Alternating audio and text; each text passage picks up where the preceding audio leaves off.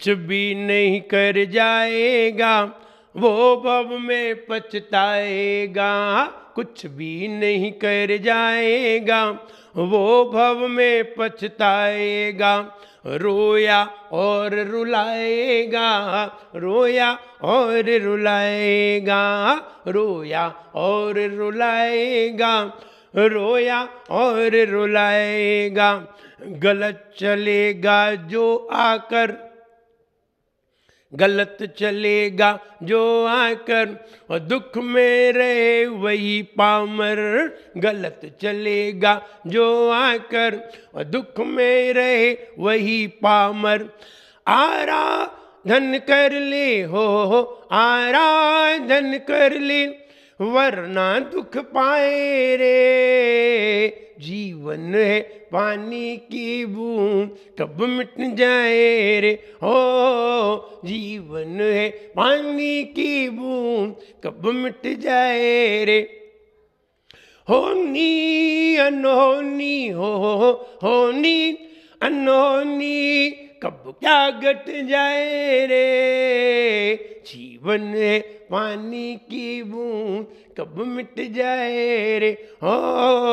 जीवन है पानी की बूंद कब मिट जाए रे।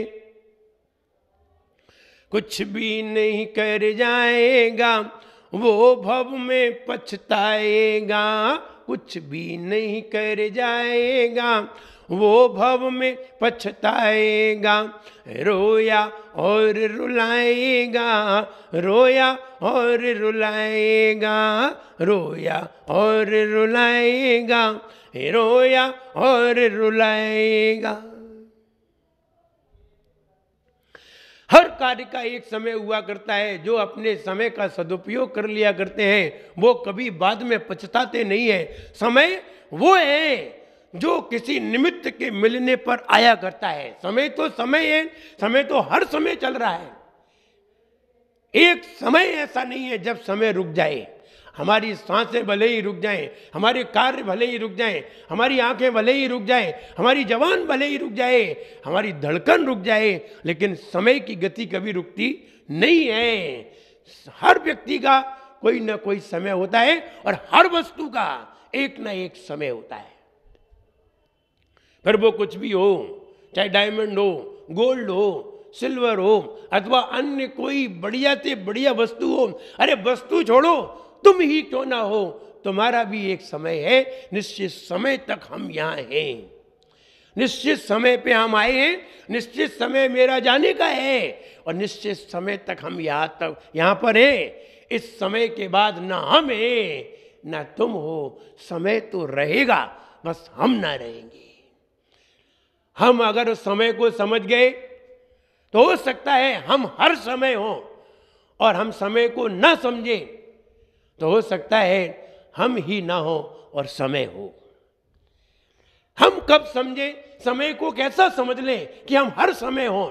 हाँ, हर समय उसे कहते हैं, वो व्यक्ति हर समय है जिसे हर व्यक्ति हर समय याद करने के लिए तैयार है।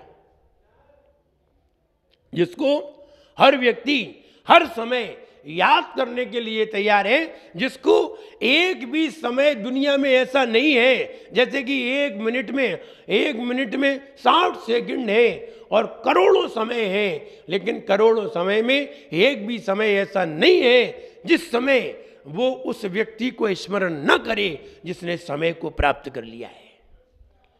तब कहते हैं अगर तुमने समय को समझ लिया तो निश्चित है समय को समझने वाले ही समय को अपने हाथ में लेकर चलते हैं। मतलब ये है कि हर समय उस व्यक्ति को स्मरण किया जाता है जिसने समय को जान करके अपने आप को जाना है। स्वयं को जानने से समय अपना हो जाता है, और हम खुद को ना जान करके दुनिया के कार्य करते हैं तो समय एक सेकंड भी अपना नहीं होता। समय गुजर जाता है और हम भी गुजर जाते हैं, ना हमें कुछ मिल पाता है और समय समय ही रहता है। समय और समझ दो चीजें दुनिया में बड़ी मुश्किल से मिलती हैं। कभी कभी लोगों के पास समय होता है लेकिन समझ नहीं होती, और कभी कभी लोगों को समझ आती है लेकिन समय नहीं होता। जब व्यक्ति की जवानी आती है, व्यक्ति युवा अवस्था में प्रवेश करता है और व्यक्ति के ऊपर विकार जब हावी होते हैं, पाप कर्म हावी हो जाते हैं, तो व्यक्ति की समझ खत्म हो जाती है। वो समझ ही नहीं पाता है हमारे क्या करने के योग्य है, क्या हमें करना चाहिए, हम क्या क्या कर सकते थे और हम क्या क्या कर सकते हैं, उससे ये समझ ही नहीं रहती। और ये समझ न होने के कारण उसको जो कुछ कोई कह देता है वो वही कर उठता है। बस यही जो व्यक्ति दूसरे के कहे के अनुसार कर उठे, दूसरे को देख करके कर उठे, दूसरे के कहे अनुसार कर उठे, इसमें मेरी समझ कुछ नहीं है। लेकिन जो व्यक्ति दूसरे से अलग होकर के चलता है, लोग उसी की तारीफ करते हैं। अपने जैसे ही सब चल उठे। सामने वाले व्यक्ति ने, हमारे दादा परदादाओं ने शादी विवाह करके एक परिवार बनाया था और हम भी अगर वही कार्य कर उठे तो कोई हमारी तरफ देखने वाला नहीं है। जो बाप दादा कर गए थे वही तुम कर गए, तुमने कौन सी विशेषता कर ली, कौन सा विशेष कार्य कर लिया।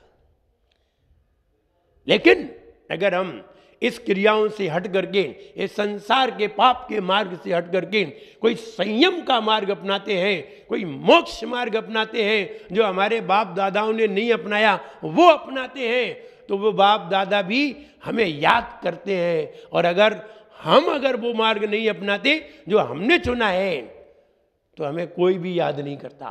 कोई श्रेष्ठ कार्य करने वाले दुनिया में याद किए जाते हैं।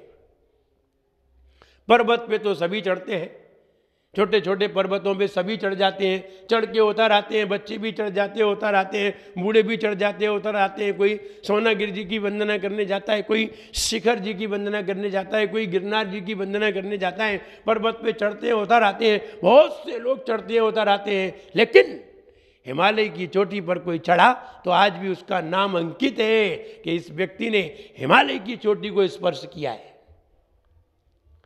अगर हम सोनागिरी जी के पहाड़ को चढ़ाए तो कौन तुम्हें याद करेगा, कौन तुम्हारी विशेषता बताएगा, कौन कहेगा कि ये सोनागिरी के पहाड़ पे चढ़ाए, बोले कोई बड़ा काम कराए। ठीक वैसे ही जो पुराने लोग करते रहे, अगर हमने वैसा ही कर दिया तो बताइए हमारी समझ कहाँ है। और हमारी समझ नहीं है और समय गुजरता जा रहा है। समय हमें हर पल हमारी उम्र को कम करता जा रहा है।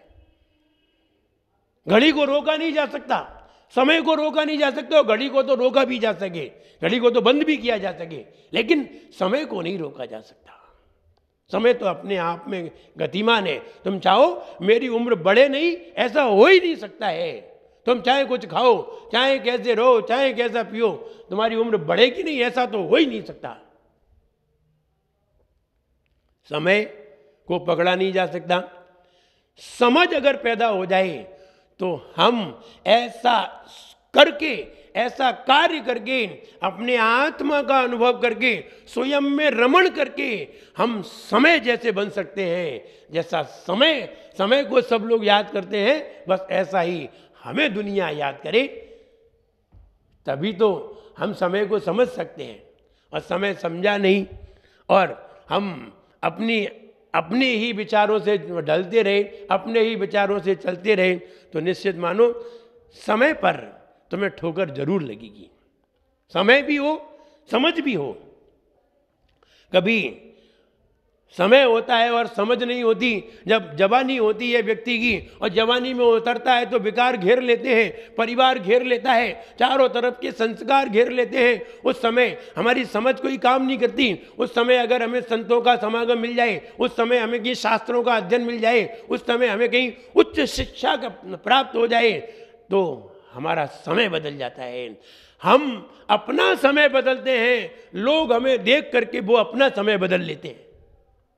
और अगर हम अपना समय नहीं बदल पाते, जैसे कि भगवान की आराधना करते हैं और भगवान की आराधना करते हुए हम उस समय में, जिस समय में भगवान की आराधना करते हैं, वो समय हमारी जिंदगी के समय को बदल देता है और जिंदगी की समझ को बदल देता है।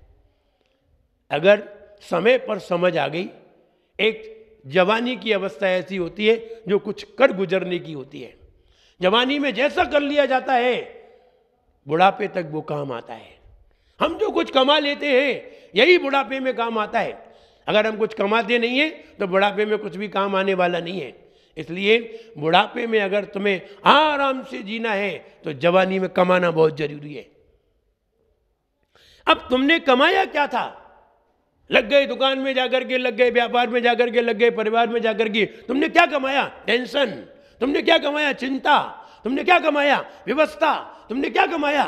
इनको देखो, इनको देखो, इधर देखो, उधर देखो, बस यही कमाया। तो बुढ़ापे में क्या तुम्हें शांति मिलेगी? बुढ़ापे में अशांति ही अशांति होगी।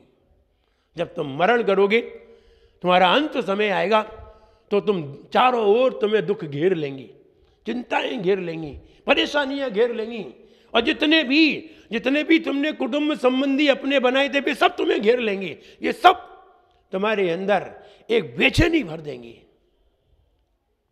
और उस बेचैनी में तुम दुखी होकर के मरण कर जाओगी।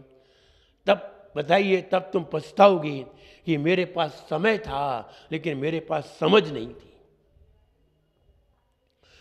और होता ये है, व्यक्ति जब समय आता है तो समझ नहीं आती, और समझ नहीं आती, समय गुजरता जाता है। जैसे ही समय गुजरता है और गुजरते गुजरते गुजरते गुजरते हम उस स्टेज पे पहुंच जाते हैं जब हम करने के लायक नहीं रह जाते, जब हमारे हाथ पांव कमजोर हो जाते हैं, हमारी मस्तिष्क की बुद्धि कमजोर हो जाती है, शार्पनेस कमजोर हो जाती है, क्षयोपशम कमजोर हो जाता है, याददाश्त कमजोर हो जाती है, तब हम अपने आप को असहाय समझने लगते हैं। तब हमारे विवेक में आता है, तब हमारी बुद्धि में आता है, काश हमने ऐसा सोच लिया होता, काश हमने ऐसा कर लिया होता, काश हमने शास्त्रों का अध्ययन कर लिया होता, काश हमने अपनी आत्मा का अनुभव कर लिया होता, तो हम यहां आज दुखी नहीं होते। किसी संत की ओर नजर डाल करके देखें, ये ना अपनी जवानी में दुखी था, ना बुढ़ापे में दुखी है, ये कभी भी दुखी नहीं है। इसके दुख का कोई कारण ही नहीं है, क्योंकि ना इसका परिवार है, ना इसका व्यापार है, ना इसका घर द्वार है, ये सबसे फ्री है। इसलिए ये साधु इसी तरह की प्रक्रिया में रहते हैं कि जहाँ शांति ही शांति रहा करती है, न किसी का टेंशन रहता है। उनको देख करके सामने वाला व्यक्ति भी अपनी समझ पैदा कर लेता है। लेकिन साधु को देख करके भी अगर हमारे मन में ये समझ ना आए कि हमें भी ऐसा होना चाहिए, हम भी टेंशन फ्री होना चाहिए, हमें भी टेंशन फ्री होकर के आनंद का जीवन जीना चाहिए, अगर ऐसी बुद्धि तुम्हारे अंदर नहीं आ रही है तो तुम्हारे पास समय तो है लेकिन तुम्हारे पास समझ नहीं है। समझ हमें अपने अंदर से ही पैदा करनी पड़ती है। समय अंदर से पैदा नहीं किया जाता, समय गुजरता है, समझ पैदा की जाती है। अगर हम पैदा नहीं कर पाए तो ना समझी में मरते हैं। और जो व्यक्ति ना समझी में मरते हैं, जो समझ नहीं पाते हो जिंदगी जिया करते हैं, और जब अंत समय में मरते हैं तो दूसरे समझदार लोग उन्हें समझाते हैं कि इतनी जिंदगी तुमने गुजारी, कोई समझ पैदा नहीं कर पाई, अब भी समझ लो, अब भी समझो कि हमारी जिंदगी क्या थी। वो साधु जाकर के उन्हें समझाता है, अब भी समझ में आ जाना चाहिए कि हमारी जिंदगी क्या है। और अब भी समझ में नहीं आ रही है तो इसका मतलब है तुम्हारा समय भी खराब है और समझ भी खराब है। समझ आ जाए तो कहते हैं अच्छे दिन आ गए, अच्छा समय आ गया, अच्छा समय आ गया, अच्छा पुण्य आ गया, अच्छे दिन आ गए, अच्छा भाव आ गया, अच्छा कर्म का उदय आ गया, तमाम बातें कहते हैं। लेकिन समझ आने पर, समझ है तो बालपन भी अच्छा है, समझ है युवापन भी अच्छा है, समझ है बुढ़ापा भी अच्छा है। समझ नहीं है तुम लाख जियो, लाख वर्ष जियो, और बुढ़ापे में भी जियो, जवानी में भी जियो, बालपन में भी जियो, लेकिन कहीं भी तुम्हें अच्छा नहीं लगेगा। इसलिए भगवान के चरणों में जाओ और रोज जाकर के यही आराधना करो, हे अगर ज्ञान तो मत छुपाया करो, हे अगर ज्ञान तो मत छुपाया करो, उससे मिलने खुले आम आया करो। और उससे भगवान के दर्शन करने खुले आम आइए, भगवान के दर्शन करिए और दर्शन करके अपनी समझ पैदा करिए। लोग मंदिर आते हैं, लोग भगवान का दर्शन करते हैं, क्या मिलता है भगवान के दर्शन से? सिर्फ समझ। ऐसे समझदार व्यक्ति को देखने से, समझदार व्यक्ति के पास बैठने से, समझदार व्यक्ति को देखने से क्या मिलता है? सिर्फ मिलता है तो समझ मिलती है। जैसे ही हम भगवान के दर्शन करते हैं, भगवान के सामने खड़े होते हैं, एक दिमाग में एक स्फूर्ति पैदा होती है कि क्यों ना हम भी ऐसे गुणों को प्राप्त करें, क्यों ना हम भी ऐसी आराधना करें, क्यों भी हम भी ऐसा पुरुषार्थ करें कि हम भी भगवत तत्व को प्राप्त करें। ऐसी समझ उसी के सामने पैदा होती है जो उसको प्राप्त कर चुका है। रागी को देख करके राग की भावना पैदा होती है, विरागी को देख करके विराग की भावना होती है। कभी कहते हैं उसके दर से तुम्हारा है आवाज घर, उसके दर से तुम्हारा है आवाज घर, रोज आया करो रोज जाया करो, है अगर ज्ञान तो मत छुपाया करो। हम उसके दर पे रोज जाएं। हमने कहा था दर्शनम देव देवस्य दर्शनम पाप नाशनम और दर्शनम स्वर्ग सोपानम दर्शनम मोक्ष साधनम। भगवान के दर्शन से ऐसी समझ खड़ी हो जाती है, सही समझ पैदा हो जाती है। अगर तुम्हारे मन में कोई विकल्प आ रहे हैं, तुम कोई कार्य नहीं कर पा रहे हो, तुम्हारे दिमाग में कोई सूझ नहीं रहा है, कोई रास्ता दिखाई नहीं दे रहा है, ये करें या ये करें, कैसा करें, क्या करें और क्या करें जिससे सफलता हो, आखिर हम किसके पास जाएं, किसके पास जा करके अपनी दास्तान सुनाएं और किससे हम निर्णय मांगे? कौन हमें सही रास्ता बताएगा? कोई रास्ता सही बताने वाला नहीं है, क्योंकि दुनिया में सब मतलब के हैं और कोई भी रास्ता सही नहीं बताते। सही रास्ता अगर कोई बताने वाला है तो परमात्मा ही है। अब वो तुम्हें रास्ता कैसे बताएगा जब तुम उसके दर पे नहीं जाओगे, उसके सामने खड़े नहीं होगे, उसके सामने आंखों से आंखें नहीं मिलाओगे, उसके सामने देखोगे नहीं, उसकी आराधना नहीं करोगे, उसका गुणगान नहीं करोगे, अरे उससे 2 मिनट बात नहीं करोगे, वो तुम्हें सही रास्ता कैसे बताएगा? और सही रास्ता उन्हीं को बताता है जो उसके शरण में खड़े हो जाते हैं और खड़े होकर के अपना निवेदन रखते हैं और निवेदन को वो स्वीकार करता है, वैसे ही सही रास्ता दिखाई दे जाता है। इसलिए सही रास्ता देखना है, सही प्रश्नों के हल निकालना है, तो भगवान के चरणों में आप खड़े होइए। समय गंवाइए मत, क्योंकि जब तक तुम्हारे अंदर ताकत है तभी वही समय तुम्हारे अंदर समझ पैदा कर दे तो समय की कीमत हो जाती है, वरना समय गुजर जाता है और समझ बाद में आती है तो ना समय की कीमत होती है और ना समझ की कीमत होती है, दोनों ही व्यर्थ चले जाते हैं। इसलिए वे लोग धन्य हैं जिन्हें समय के साथ समझ भी प्राप्त हुई है और समय भी है समझ भी है। वे लोग धन्य हैं, वो लोग वंदनीय हैं, क्योंकि समय और समझ दोनों को मिलना एक बहुत बड़ी किस्मत है। ऐसी किस्मत हम प्राप्त करें, अपने जीवन को मंगलमय बनाएं। जय बोलिए महावीर भगवान की।